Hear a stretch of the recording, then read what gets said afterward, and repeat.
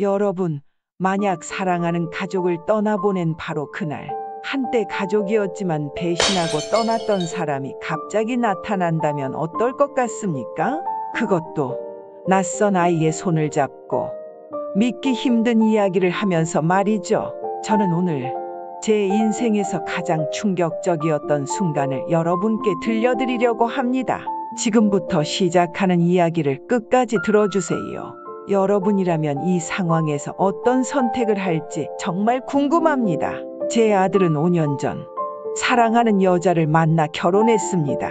저는 한 가정의 어머니로서 아들이 행복한 가정을 꾸리는 걸 보며 마음이 벅찼습니다.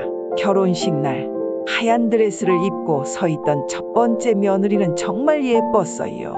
그리고 저는 그날 아들이 평생 이 여자를 사랑하며 살 줄 알았습니다. 하지만 행복은 오래가지 않았습니다. 결혼한 지 2년쯤 지났을 때 아들의 얼굴에서 웃음이 사라졌습니다. 퇴근 후 집에 와도 말수가 줄었고 밤이면 술을 마시며 한숨만 쉬었습니다. 그러던 어느 날 아들이 저에게 털어놓았습니다. 엄마, 나 이혼할 거야. 이혼이라니. 저는 믿을 수 없었습니다. 이유를 묻자 아들은 씁쓸한 표정을 지으며 말했습니다. 엄마, 나보다 더 사랑하는 사람이 생겼대. 내가 아니라 다른 남자를 사랑한대. 순간 피가 거꾸로 솟는 기분이었습니다. 제 아들은 며느리를 정말 아꼈습니다. 회사에서도 열심히 일했고 주말이면 데이트하듯이 시간을 보냈어요. 그런데도 며느리는 아들을 떠나 다른 남자를 선택했습니다. 며느리는 이혼하자마자 새로운 남자와 함께 떠났습니다. 그리고 그 후로 단 한 번도 연락이 없었습니다.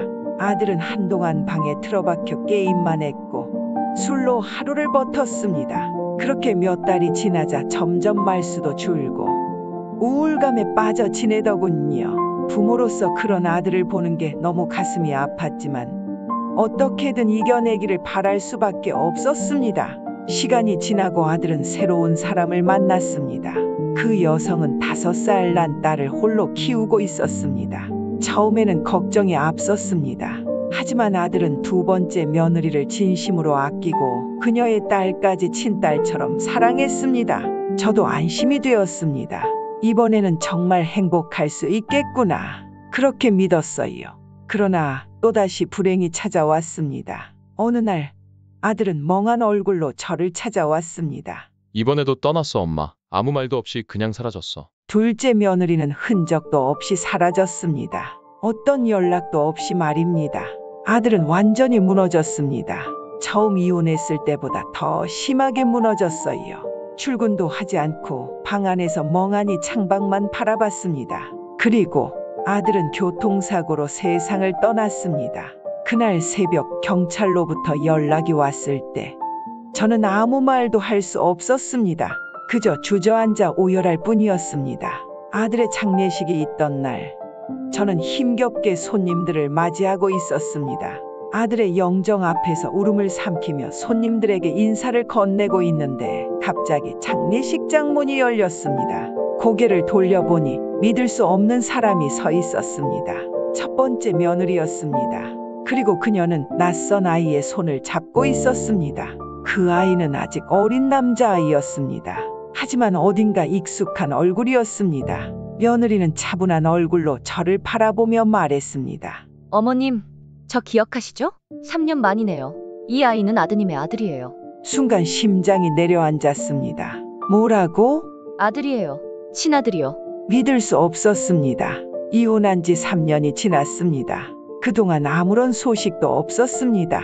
그런데 이제 와서 장례식장에서 아들의 아들이라고 말하다니. 저는 며느리를 똑바로 쳐다보며 물었습니다. 왜 이제야 나타난 거야? 며느리는 잠시 머뭇거리더니 한마디를 덧붙였습니다. 그리고 아드님 보험금 수령인이 저로 되어 있더라고요. 그러니 이번 보험금은 저희가 받아야겠어요. 그 순간 피가 거꾸로 솟았습니다. 사랑하는 아들의 영정 앞에서 아들이 떠난 그 자리에서 돈 이야기를 하다니. 저는 더 이상 참을 수 없었습니다. 너 지금 그게 할 말이야? 하지만 며느리는 태어냈습니다. 오히려 저를 보며 담담하게 말했습니다. 법적으로 제가 수령인이니까 문제될 건 없죠. 그 순간 머릿속이 복잡해졌습니다. 정말 이 아이가 아들의 친아이라면 그동안 왜 단 한 번도 소식을 전하지 않았던 걸까요?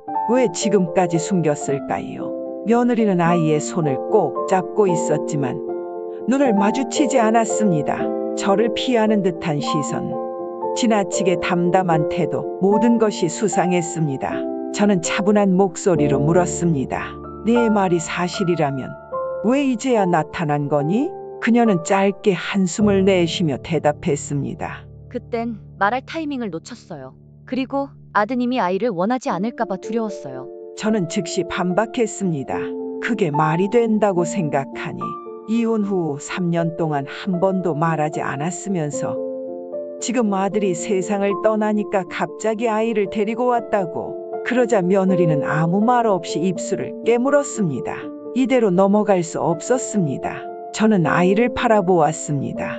아이의 얼굴을 찬찬히 들여다보니 아들과 닮은 점이 있긴 했습니다. 하지만 확신할 수 없었습니다. 그때였습니다. 옆에서 이 모든 상황을 지켜보던 제 남편이 조용히 말했습니다. 정확히 하려면 유전자 검사를 해야겠군. 며느리의 얼굴이 순간 굳어졌습니다. 하지만 곧 다시 침착한 표정을 지으며 말했습니다. 좋아요. 검사하면 되죠. 그녀는 태연한 척했지만 그 순간 저는 직감했습니다. 무언가 감추고 있다는 것을. 그렇게 해서 우리는 유전자 검사를 진행했습니다. 만약 이 아이가 정말 아들의 친아이라면 저는 손주로 받아들이기로 마음먹었습니다. 하지만 아니라면 며느리는 정말 용서받을 수 없는 사람이 될 겁니다. 며칠 후 검사 결과가 나왔습니다. 결과는 친자가 아니었습니다. 그 순간 며느리는 눈을 질끈 감았습니다. 모든 것이 거짓이었습니다.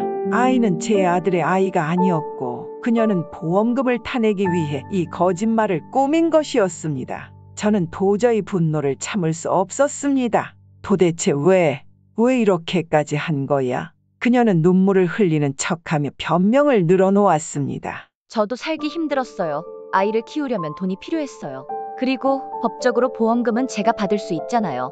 저는 말문이 막혔습니다. 사랑하는 아들을 잃은 그 자리에서 그 슬픔을 이용해 돈을 챙기려 한 사람이 있다는 게 믿기지 않았습니다. 그날 저는 그녀를 장례식장에서 쫓아냈습니다. 그리고 변호사를 찾아가 보험금 지급을 막기 위한 법적 조치를 취했습니다. 결국 그녀는 한 푼도 받을 수 없었습니다. 저는 며느리를 더 이상 용서할 수 없었습니다. 당장 변호사를 찾아가 법적인 조치를 취했고 결국 그녀는 한 푼도 받을 수 없었습니다. 사랑하는 아들은 떠났지만 저는 아들을 대신해 싸웠습니다. 그리고 저는 결심했습니다. 이제부터는 떠나간 사람들 때문에 아파하지 않겠다고요. 여러분이라면 이 상황에서 어떻게 하셨을까요? 이 며느리를 용서할 수 있을까요? 댓글로 여러분의 생각을 들려주세요. 그리고 이런 충격적인 이야기들이 궁금하시다면 구독과 좋아요도 부탁드립니다.